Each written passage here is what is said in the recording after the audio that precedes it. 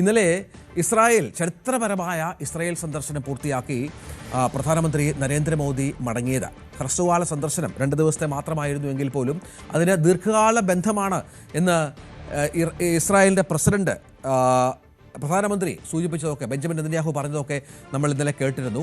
ചരിത്രപരമായ 26 കരാറുകൾ പ്രധാനമന്ത്രി നരേന്ദ്രമോദിയും ഇസ്രായേലുമായി ഒപ്പിട്ടു എന്നുള്ളതാണ്. അതിലേറ്റവും പ്രധാനം സാംസ്കാരിക വിനിമയം, നിർമ്മാണം, നിർമ്മിത ബുദ്ധി തുടങ്ങിയ മേഖലകളിലാണ് ഈ കരാറുകൾ ഒപ്പിട്ടത്.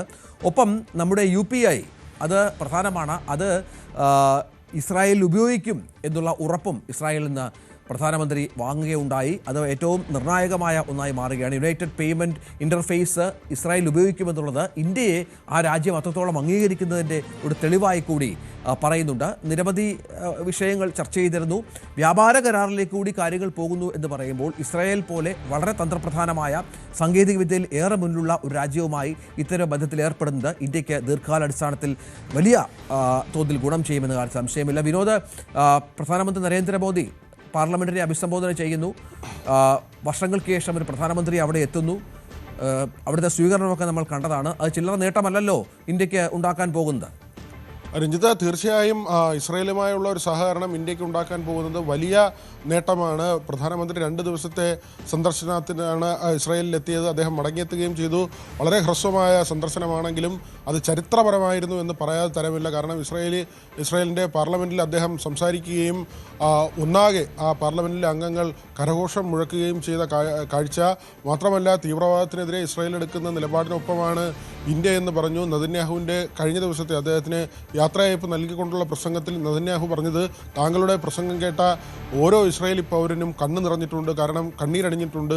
അത്രമാത്രം അവർ അനുഭവിച്ച വേദനയാണ് നരേന്ദ്രമോദി അഡ്രസ്സ് ചെയ്തത്. തീവ്രവാദത്തിൻ്റെ കാര്യത്തിൽ ഇന്ത്യയും ഇസ്രായേലും ഒരുപോലെ ആ ഭീഷണി നേരിടുന്നുണ്ട്. അതിനെ തുടച്ചു നിൽക്കുന്നതിന് ഇന്ത്യ ഒപ്പം നിൽക്കുമെന്ന വാക്കുകൾ ഇസ്രായേലി പൗരന്മാർക്ക് നൽകിയിട്ടുള്ള ആത്മവിശ്വാസം ചെറുതല്ല.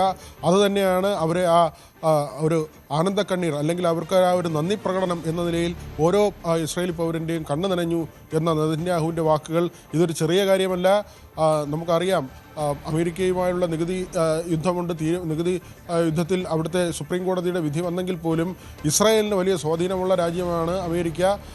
അവിടെ നടക്കുന്ന പല കാര്യങ്ങളിൽ, ഹമാസിനെതിരെയുള്ള പോരാട്ടത്തിലൊക്കെ ഇസ്രായേലിന് അകമഴിഞ്ഞ പിന്തുണയാണ് അമേരിക്ക നൽകുന്നത്. അങ്ങനെ വിശാലാർത്ഥത്തിൽ നോക്കുമ്പോൾ ഇന്ത്യ കൈകോർക്കുന്നത് അങ്ങനെ ഒരു ചേരിക്കൊപ്പമാണ്. മറുവശത്താകട്ടെ, ഈ ഇറാൻ വിഷയത്തിൽ ചൈനയും റഷ്യയും ഇറാനൊപ്പം പോകുന്ന ഒരു സാഹചര്യമുണ്ട്. അവിടെ അമേരിക്കയാണ് ഇറാന് ഭീഷണി ഉയർത്തുന്നത്. ഏതായിരുന്നാലും കാലങ്ങളായി ചേരിചേരാ നയം എന്ന നിലയിൽ എടുത്തിരുന്ന ഒരു സമീപനത്തിൽ മാറ്റം വരുത്തി ഭീകരവാദത്തിൽ അതിനെ ചെറുക്കുന്ന നിലപാടിൽ ഊന്നി ഇന്ത്യ മറ്റൊരു നിലപാട്, സ്വതന്ത്രമായ മറ്റൊരു നിലപാട് സ്വീകരിക്കുന്നു. അതിൽ ഒരിക്കലും പലസ്തീന് എതിരായ ഒരു നിലപാടല്ല, ഒരിക്കലും പലസ്തീനെയോ ഗസയിലെ ജനങ്ങളെയോ കുറ്റപ്പെടുത്തിക്കൊണ്ടുള്ള അല്ല നമ്മുടെ രാജ്യം ആ ഒരു നിലപാട് സ്വീകരിക്കുന്നതെന്നത് വളരെ വ്യക്തമാണ്.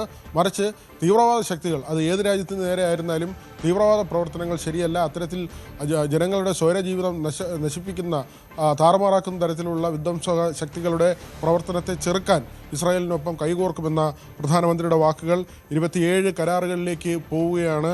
അതിൽ തന്നെ രഞ്ജിത്ത് പറഞ്ഞതുപോലെ ഇന്നൊവേഷൻ, സാംസ്കാരികം, വിനിമയം, നിർമ്മിത ബുദ്ധി തുടങ്ങി നിരവധി വിഷയങ്ങളിൽ കരാറായിട്ടുണ്ട്. കൃഷി ഉൾപ്പെടെ ഇസ്രായേലിൻ്റെ കാർഷിക രീതി നമുക്കറിയാം. അവർ വളരെ വിദഗ്ധമായ രീതിയിലാണ് അവരുടെ കൃഷി രീതികൾ മുന്നോട്ട് കൊണ്ടുപോകുന്നത്. അത് ഉൾപ്പെടെയുള്ള രീതിയിൽ കരാറുകളിലേക്ക് പോകുന്നു. അത് ഇന്ത്യയിലെ കർഷകർക്ക് വലിയ ഗുണം ചെയ്യുന്ന ഒരു കാര്യമാണ്. പുതിയ നൂതനമായ കൃഷി രീതികൾ ഇന്ത്യയിലേക്ക് വരുന്ന സാഹചര്യം, UPI അത് വളരെ പ്രധാനപ്പെട്ട ഒരു കാര്യമാണ്. നമ്മുടെ ഒരു സാമ്പത്തിക ഇടപാടിൻ്റെ നട്ടെല്ലായി മാറിയിട്ടുള്ള ഡിജിറ്റൽ ഇടപാട്, അത് ഇസ്രായേൽ കൂടി സ്വീകരിക്കുന്നു. ആ രാജ്യത്ത് കൂടി പ്രയോജനപ്പെടുത്താനുള്ള തരത്തിൽ ഇപ്പോൾ തീരുമാനമായിരിക്കുകയാണ്. അതും വലിയ നേട്ടമാണ് രാജ്യത്തിനുണ്ടാക്കുന്നത്. അതോടൊപ്പം തന്നെ സാഹചര്യം ഏതായാലും വലിയ നേട്ടങ്ങൾ രാജ്യത്തിന് സമ്മാനിച്ചുകൊണ്ടാണ് നരേന്ദ്രമോദി ഇസ്രായേൽ സന്ദർശനം അവസാനിക്കുന്നത് എന്നത് ഏറ്റവും പ്രധാനപ്പെട്ട ഒന്നാണ്. VV വിനോദാണ് വിവരങ്ങൾ പങ്കുവച്ചത്.